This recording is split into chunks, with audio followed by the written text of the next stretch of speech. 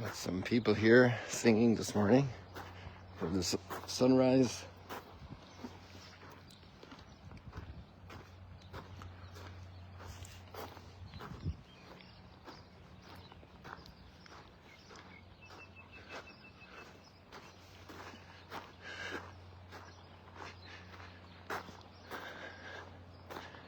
There's a guitar there as well.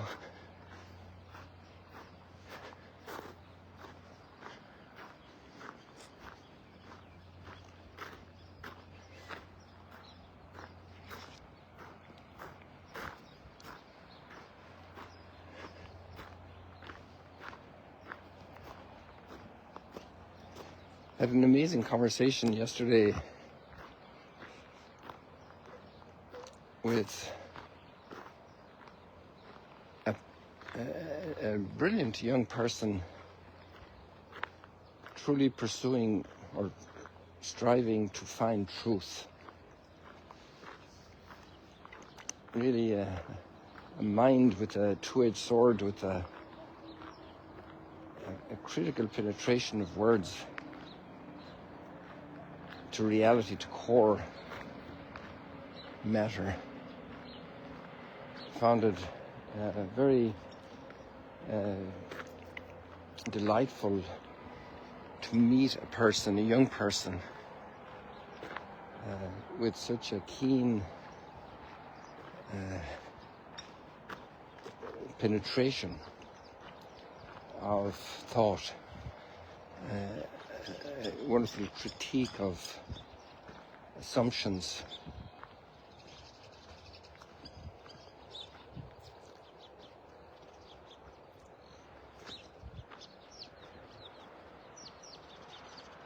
Of substance in realities, social realities, and all of reality.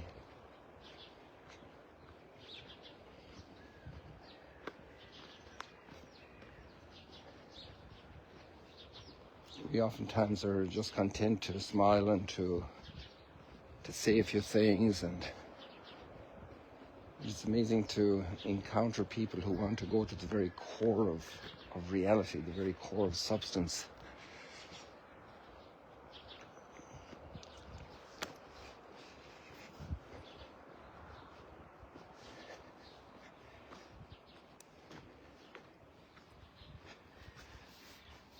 In a way, the scriptures do that as well. And yesterday's conversation, there was quite a difference of faith perspective.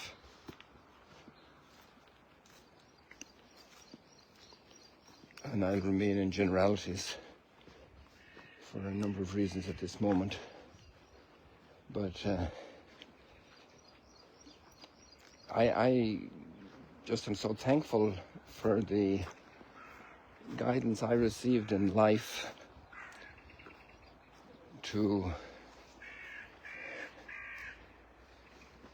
be able to focus my life on definitive substance, on definitive realities that don't fade.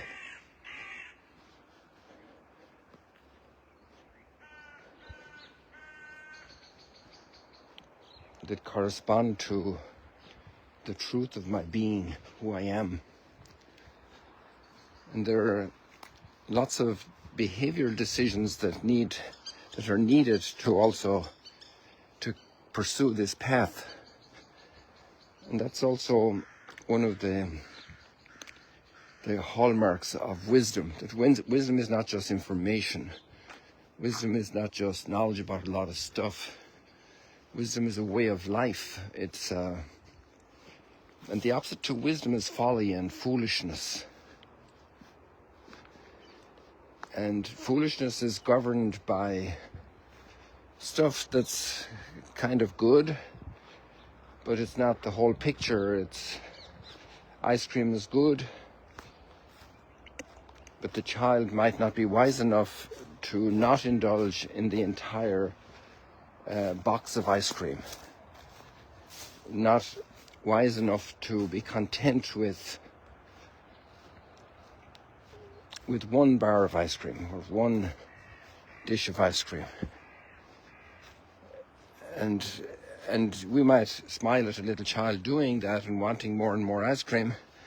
And it's not easy for parents to draw a line even on a birthday.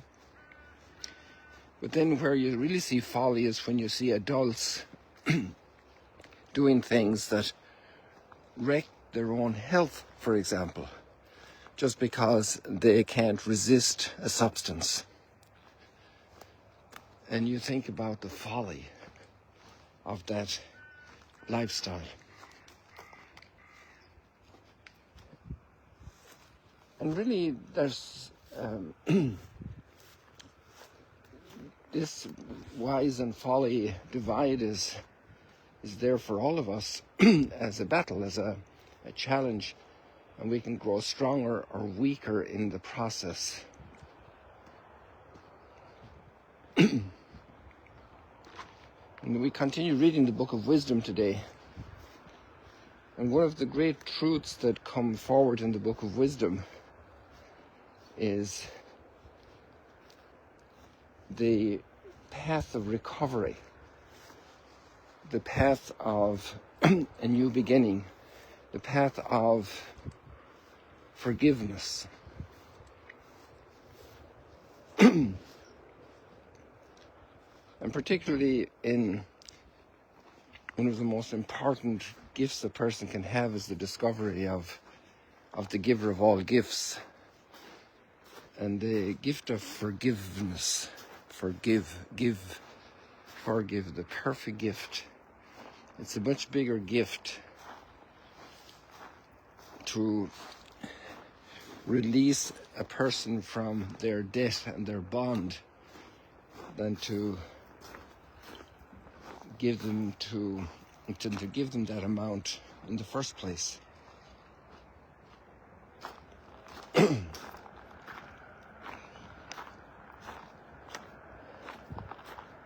Somebody has hurt and now they owe me a lot.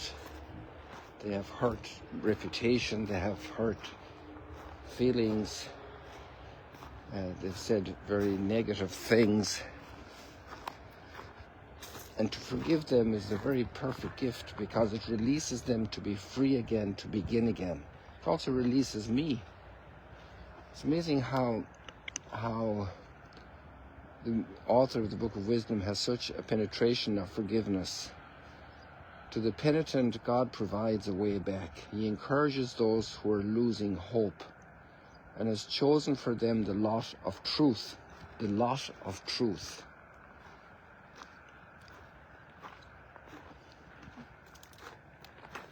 What lot do you want? What's your lot? What's your heritage? What's your fullness? What's your completion? The lot of truth.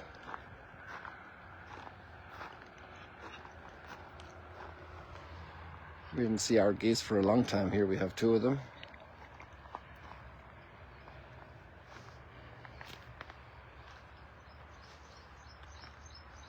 They're busy checking their fleas or whatever is in their feathers and their skin behind their feathers.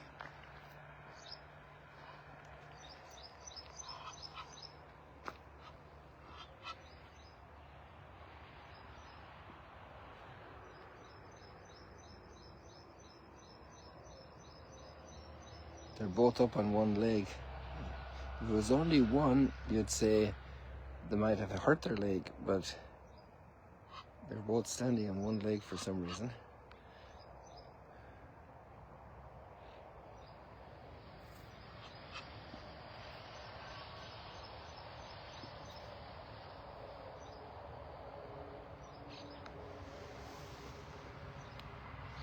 Let's do a little zoom in here. This one's on 2 legs and the other one's still on 1. Now they're both on 1.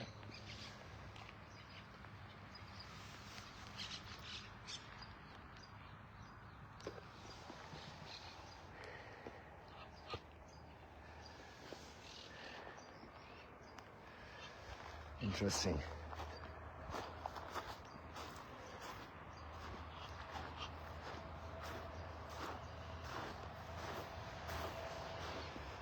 The amazing thing about the rich young man is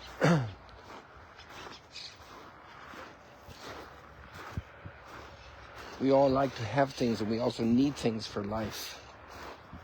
We need a source of livelihood, of food, of shelter, clothing. And he has an abundance. He's rich, so he doesn't have to worry how much he spends on a shirt or on lunch. He has great dominion. And yet those things that he has seem to have a hold on him in such a way that he's not free for the greatest or the greater realities, or the greatest realities, it's safe to say.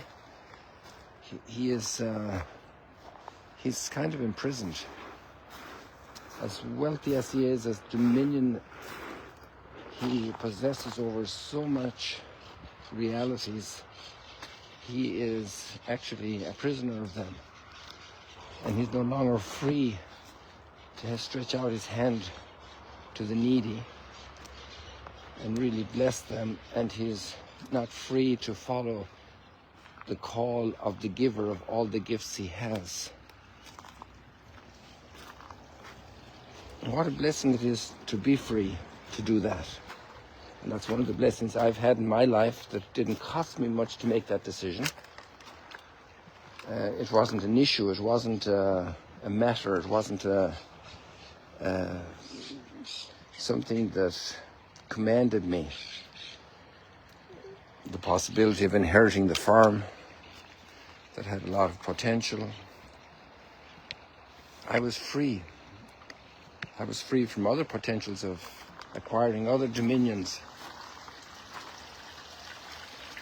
All the things we have are for an ultimate purpose. They're not the goal in themselves.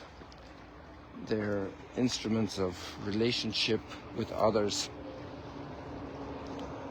Even a company a person could own has a very important role of livelihood for all the employees and all the partners and all the stakeholders. It's really a platform of relationships that are more important than any of the profit it makes. But a lot of people don't see that. You know, there's a lot in the readings today. The last line of the wisdom readings, wonderful. It's a prayer, really. How great the mercy of the Lord, his forgiveness of those who return to him. If that rich young man could come back to the Lord, he would have welcomed him with open arms. Maybe he did, but it's not in the story. It's not in the account we have. Let the just exult and rejoice in the Lord is the psalm. It's magnificent. It's what we would love to have at the end of our days. And every day on getting there. Let the just exult and rejoice in the Lord. People, thank you for chiming in this morning and getting me out here in this beautiful spot at the Sea of Galilee. God bless you, Emmett and Tilly and everybody else who's been here this morning, Barbara, Margaret and so many others. See you later, alligators. It's not that cold this morning. Didn't need this heavy jacket, but it's okay. Come on there, turn around, camera.